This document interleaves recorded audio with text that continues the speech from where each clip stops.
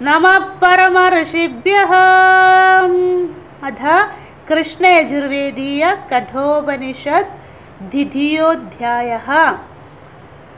ॐ सहना भवतु सहनौ भुनक्तु सह वीर्यं करवावहै तेजस्विनावधीतमस्तु मा विद्विषावहै। ओम शांति शांति शांतिः। अथ चतुर्थवल्ली।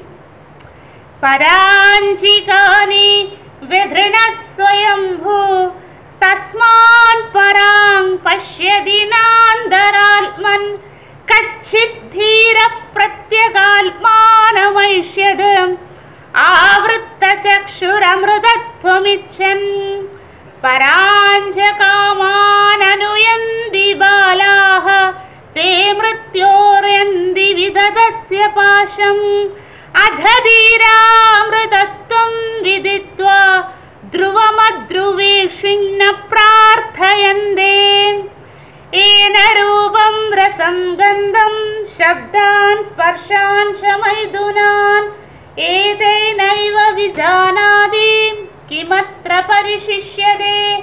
एतद् वै तद् स्वप्नान्तं जागरितान्तं च उभो येनानुपश्यति महान्तं विभुमात्मानं मत्वा धीरो न शोचति।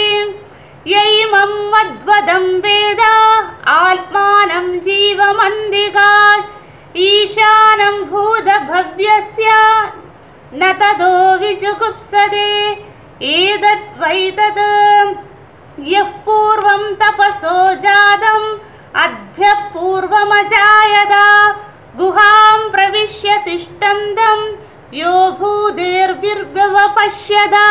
एतद् वै तद् यः प्राणेन सम्भवति अधिधिर्देवतामयि गुहां प्रविश्य तिष्ठन्ति या भूतेर्व्यजायत। एतद् वै तद् अरण्योर्निहितो जातवेदाः गर्भैव सुभृतो गर्भिणीभिः दिवे दिवैढ्यो जाग्रवद्भिः हमिष्यन्मनुष्येभिरग्निः। एतद् वै तद् यदचोदेति सूर्यः अस्तं यत्र गच्छति तं देवा सर्वे अर्पिताः तदुनात्तेति कच्छन। एतद् वै तद् यदेवेह तदमुत्रा यदमुत्र तदन्विह मृत्योस मृत्युमाप्नोति यः नानेव पश्यति। मनसैवेदमाप्तव्यं नेह नानास्ति किञ्चन मृत्योस मृत्युं गच्छति यहि हनानेव पश्यति। अंगुष्ठमात्रः पुरुषः मध्यात्मनि तिष्ठति ईशानो भूतभव्यस्य न ततो विजुगुप्सते। एतद् वै तद् अंगुष्ठमात्रः पुरुषः ज्योतिरिवा धूमः ईशानो भूतभव्यस्य स एवातस उष्वः। एतद् वै तद् यथोदकं दुर्गे वृष्टं पर्वतेषु विधावति एवं धर्मान् पृथक् पश्यः तानेवानुविधावति। यदोदकं शुद्धे शुद्धम् आसिक्तं तादृतेव भवति एवं मुनिर्विजानतः आत्मा भवति गौतमा। इति चतुर्थवल्ली समाप्तम्। अथ पञ्चमवल्लिः। पुरमी अनेकादशद्वारम् अजस्य अवक्रचेदसः अनुष्ठान शोचति विमुक्तच्च विमुक्त्यते एतद्वैतद् हंसशुजिषद् वसुरन्तरीक्षसद् होदावेदिषद् अधदुर्दुरोणसद् नृषद्वरसद् अभ्यो मदर अब्जाहोजा हृदजा अद्रिजा हृदं बृहद् ऊर्ध्वं प्राणमुन्नयति अपानं प्रत्यगस्त्यति मध्ये वामनमासीनं विश्वे देवा उपासते अस्य विस्रसमानस्य शरीरस्य देहिनः देहाद् विमुच्यमानस्य किमत्र परिशिष्यते एतद्वैतद् न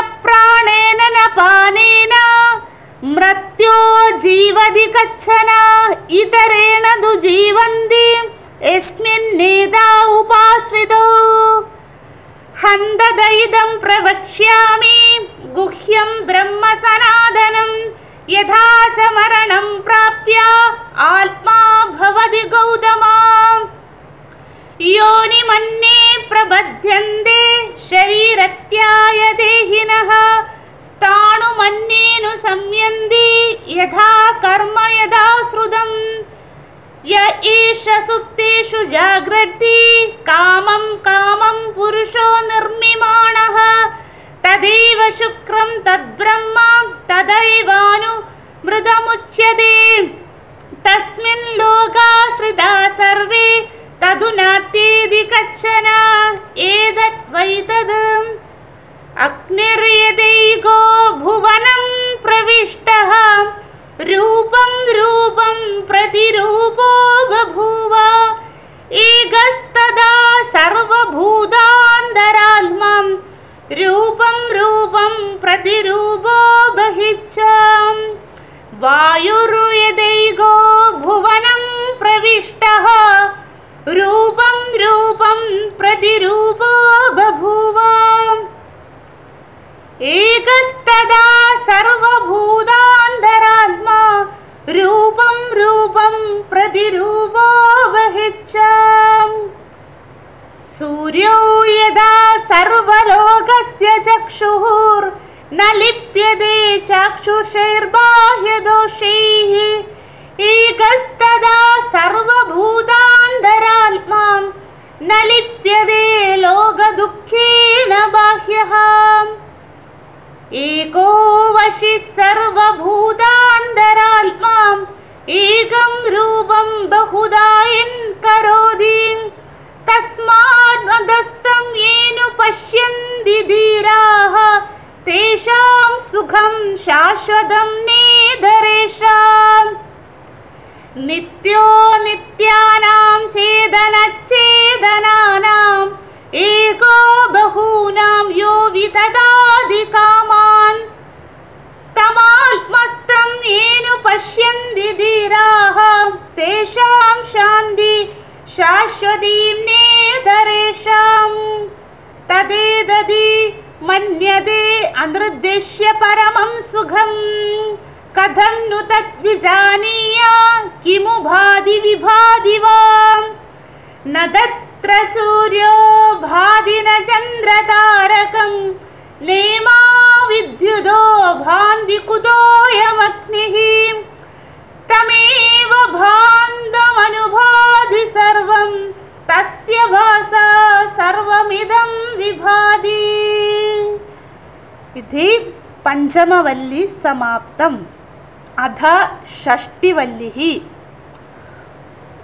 ऊर्ध्वमूलो अवाक्षः एषो अश्वत्थसनातनः तदेव शुक्रं तद्ब्रह्म तदेवानुमृतमुच्यते तस्मिन् लोकाश्रिता सर्वे तदुनात्येति कच्छन एतद्वैतद् यदिदं किञ्च जगत्सर्वं प्राण एचति निःस्रसम् महल्भवं वज्रमुद्यतं ये एतद्विदुरमृतास्ते भवन्ति भयादग्नास्ति तपति भयात् तपति सूर्यः भयादग्निश्च वायुश्च मृत्युर्धावति पञ्चमः इह चेदशुद्धं प्राक्शरीरस्य विस्रशः ततः सर्वेषु लोकेषु शरीरत्याय कल्पते यथा दर्शे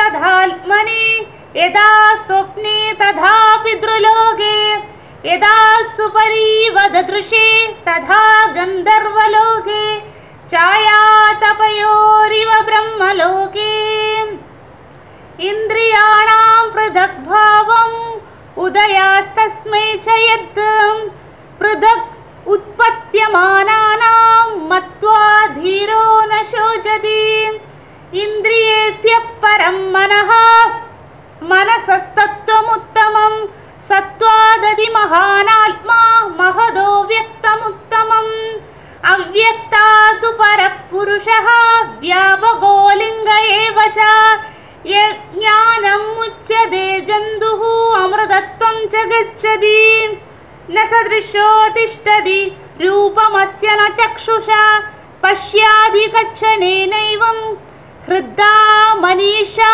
मनसा विक्लुप्तः यद्विदुरमृतास्ते भवन्ति यथा पञ्चावतिष्ठन्ते ज्ञानानि मनसा सह बुद्धिश्च न विचेदति तातामाहुर्परमां गतिम् तां योगमिति मन्यन्ते स्थिरमिन्द्रियधारणाम् अप्रमत्तस्तदा भवति योगो हि प्रभवाप्ययौ नैव वाचा न मनसा प्राप्तुं शक्यो न चक्षुषा अस्तीति बृहदोऽन्यत्र कथं तदुपलभ्यते अस्ति तेवेव उपलब्धव्या अस्ति तेवावनचोभयोः अस्ति तेवे उपलब्धस्य तत्त्वभाव प्रसीदति यथा सर्वे प्रमुच्यन्ते कामायस्य हृदि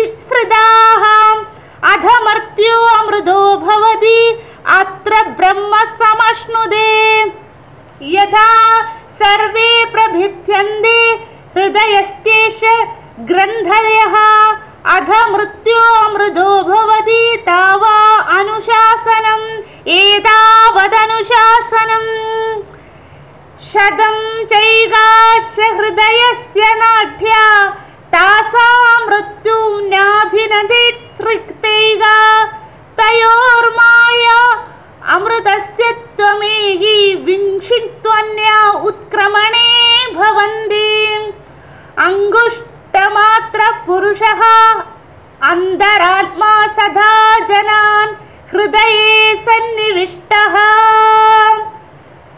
तं सोच्छरीर प्रवृत्ते मुञ्जादिषेकार्थधैर्येण तां विद्या शुक्रममृतं तं विद्या शुक्रममृतमिति मृत्युप्रोक्तं नाचिकेतो अधलब्ध्वा विधामेदाम् योगविद्या च कृत्सनं ब्रह्म प्राप्तो विरचो अभून् अमृतत्यन्तरेशः यो विद्यान्तरात्मा एषः